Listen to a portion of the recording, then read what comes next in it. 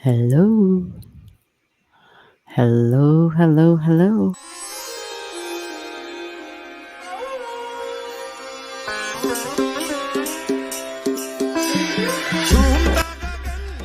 Welcome, welcome, welcome. This is G. We're going to look at this chart real quick.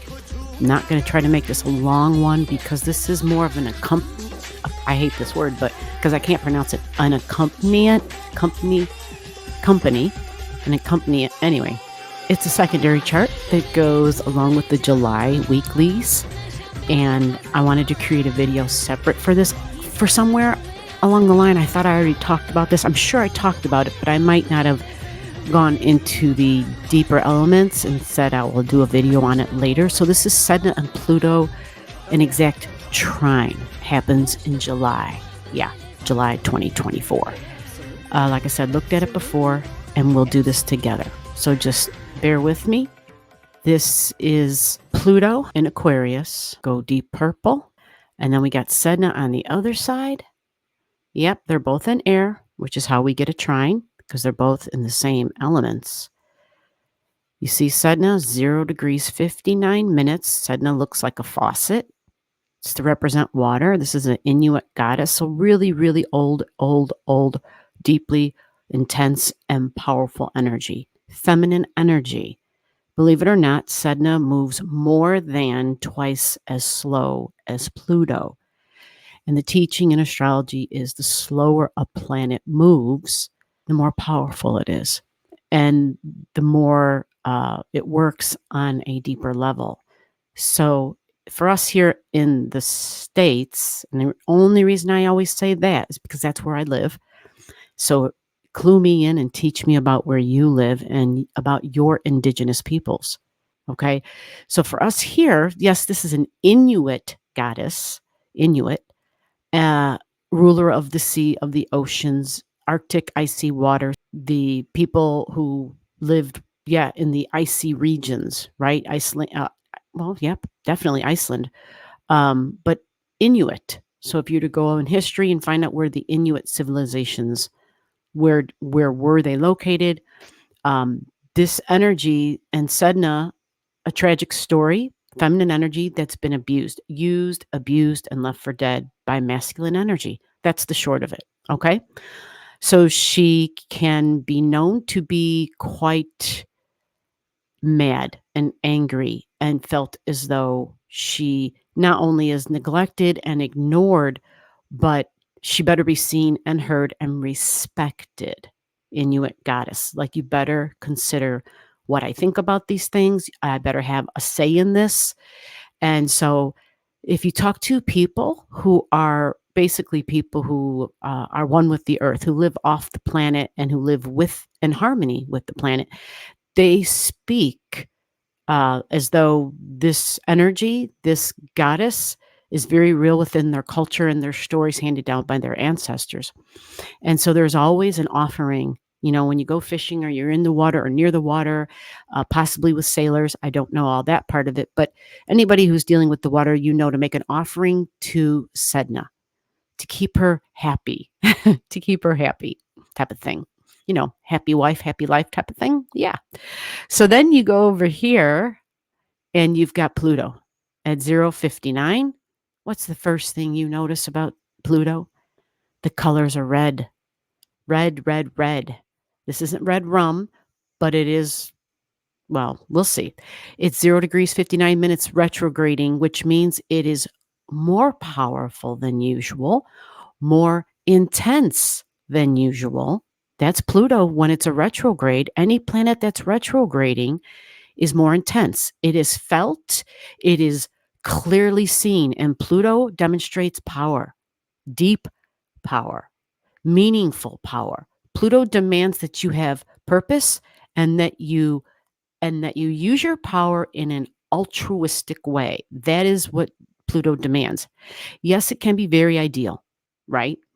But at the same time, whoever has been handed power, Pluto, when it's retrograding, especially when it's connecting with Sedna, the additional air sign, feminine energy. So we got Pluto sitting at the table and Sedna sitting at a table, right?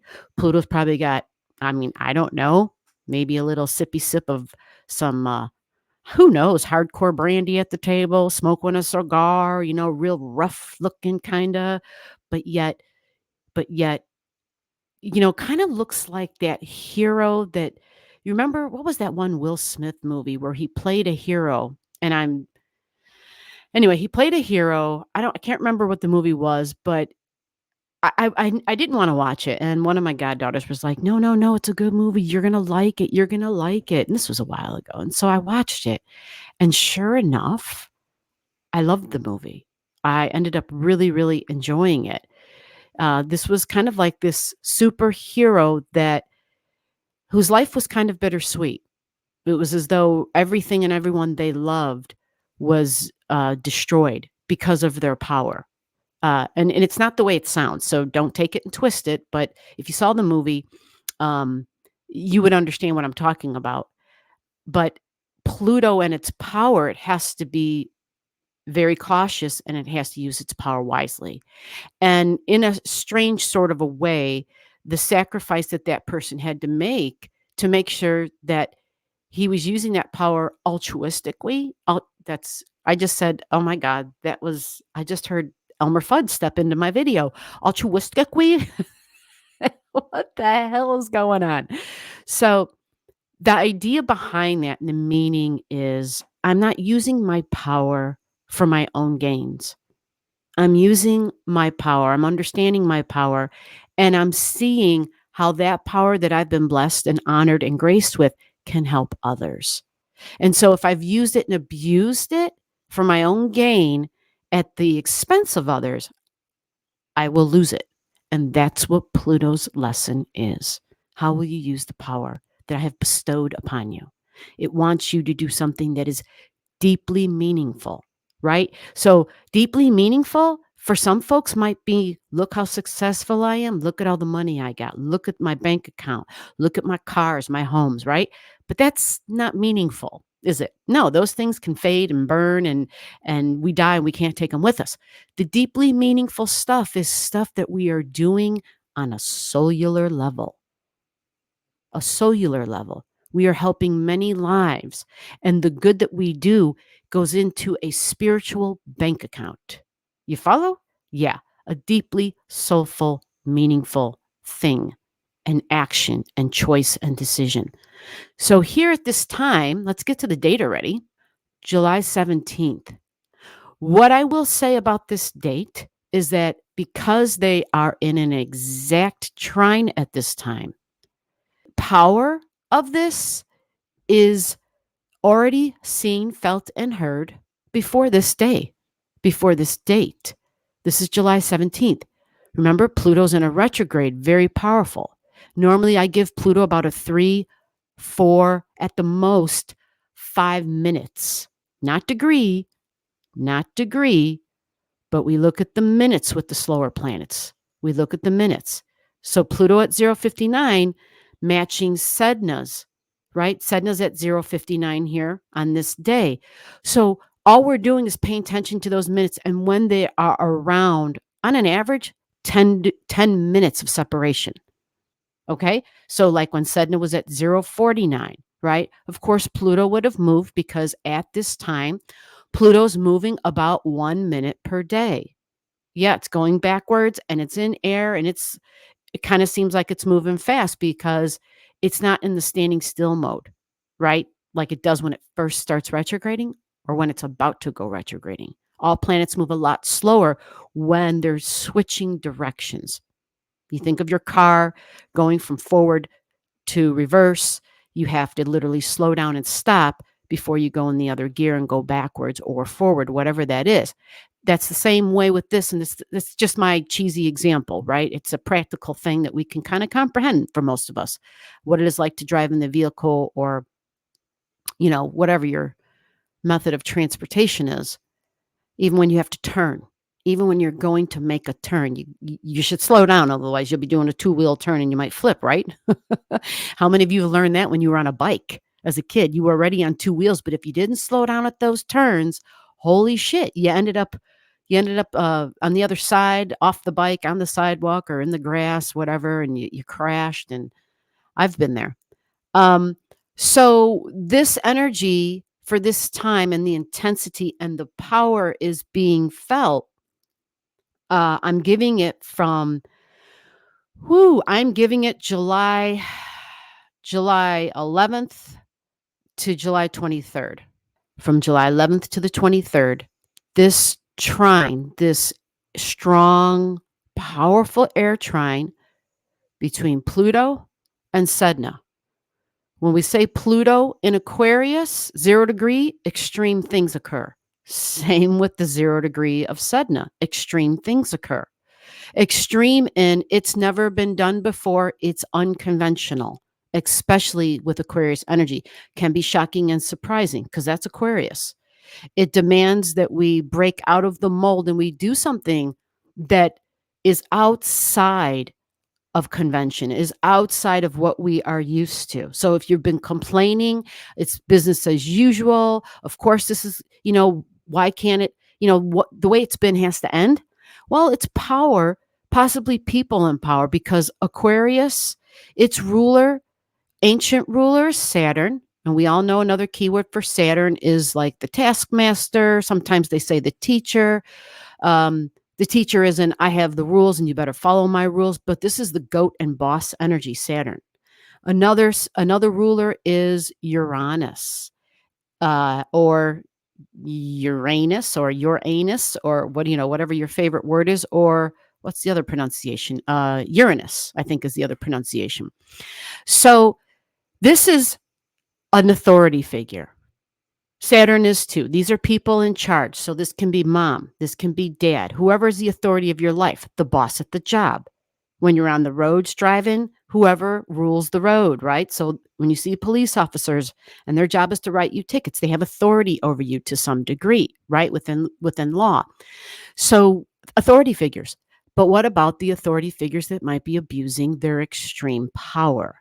Keep that in mind, because we have a lot of global leaders where we see they are flexing their authoritarian muscles. Okay. With Aquarius, too, we think group energy, we think unions, we think friends and social causes, social groups, humanitarian concerns. We think space and aliens. Yep.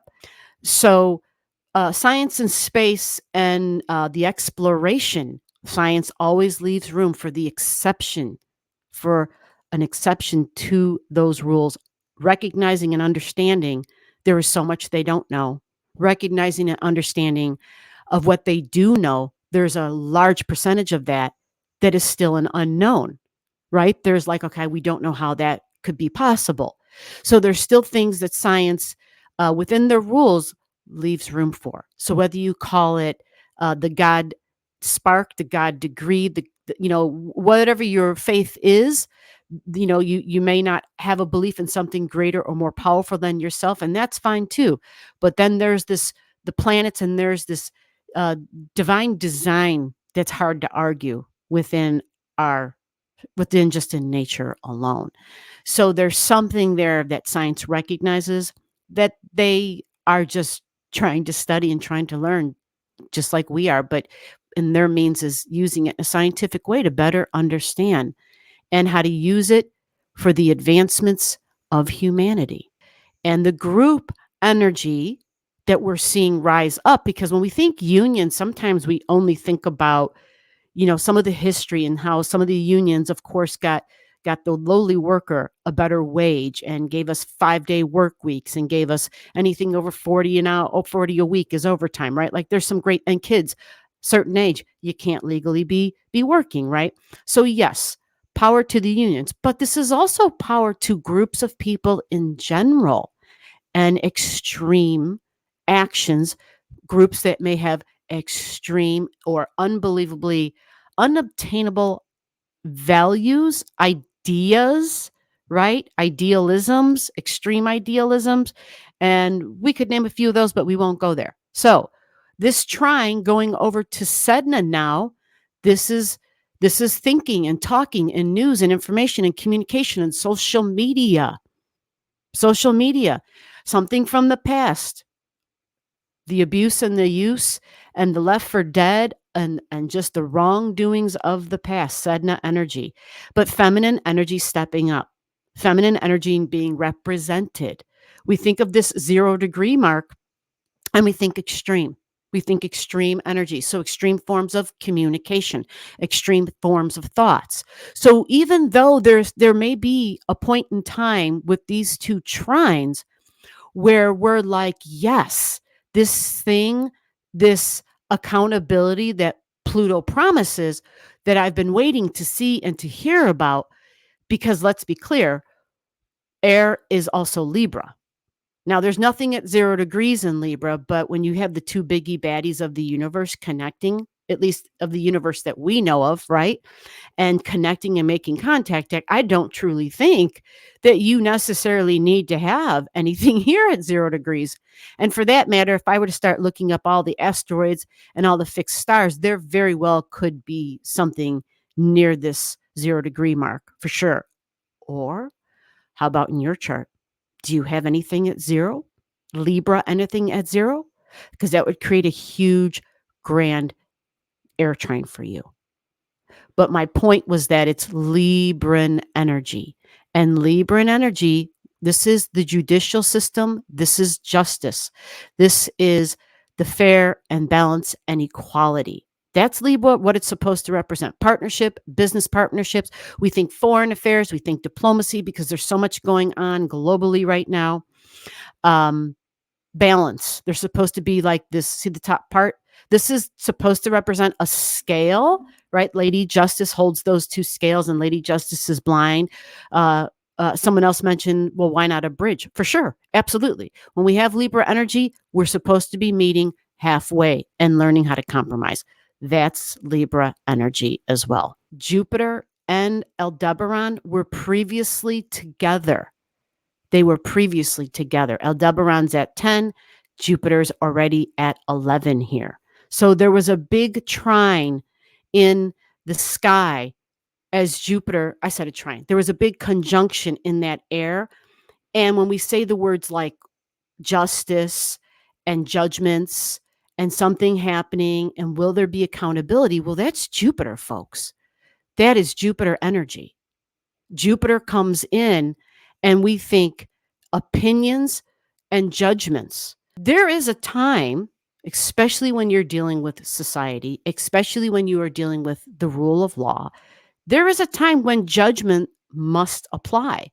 If we have a set of rules that we must live in order to be considered a civil society, there should be this system of checks and balances that are set up. The judicial system and judges and Jupiter being conjunct Aldebaran. That's huge. It's big energy, and it speaks to also possibly something being surprising. When you consider the 10-degree mark, we think of someone in charge and an authority figure because it's just like kind of the vibration of that degree. We think of building for the long term.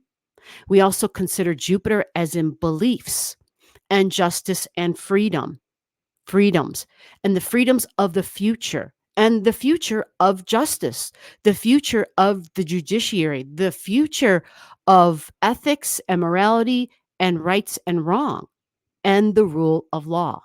And what rule of law are we going by? Because that matters. So when I mentioned this July 11th thing, Jupiter and Aldebaran were sitting conjunct. I mean, that started before July 10th. Before July 10th, these two were angling up already to be close enough July 4th all the way to July 11th. So there was this conversation, communication, news, information, truths, and freedom, and religion. Also, this thing about religion. So likely SCOTUS and the Supreme Court, of course, in there, and things coming up about a religion infiltrating the public school systems. So on this day, when we have the conjunction, we're very powerful, or I'm sorry, where we have the trine, we're very powerful things with Pluto trining Sedna, Pluto, the bell tolling with Pluto energy and Sedna. We also look to Mercury because she's all about our mind and what we're talking and thinking about. And lo and behold, it's in Leo energy. Not a surprise there, right?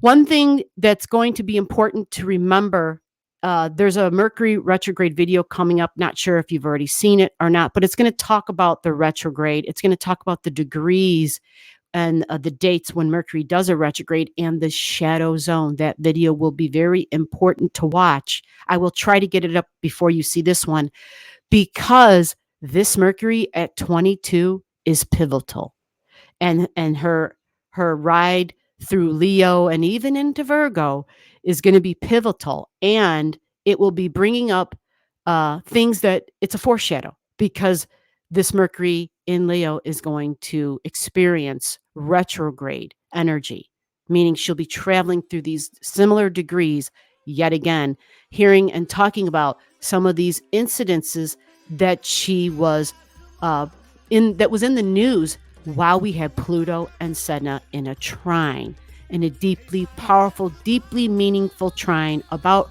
abuses from the past and someone wielding their power for their own personal gain. All right. So I hope this helps. I will link that other Mercury retrograde video or put it in the comment here. If you got any questions about how to find this stuff in your chart, anything you're not sure about, or you can always stop by Saturday nights, 9 o'clock, 9:30 p.m. Central Daylight Time, Central Standard Time, and we look at charts. Get your info to me. Emails down below. The channel Take Cash app and the Venmo. And let's talk astrology. Until then, I will see you in the next video. Thank you for your time. I always appreciate it. Till then, bye-bye.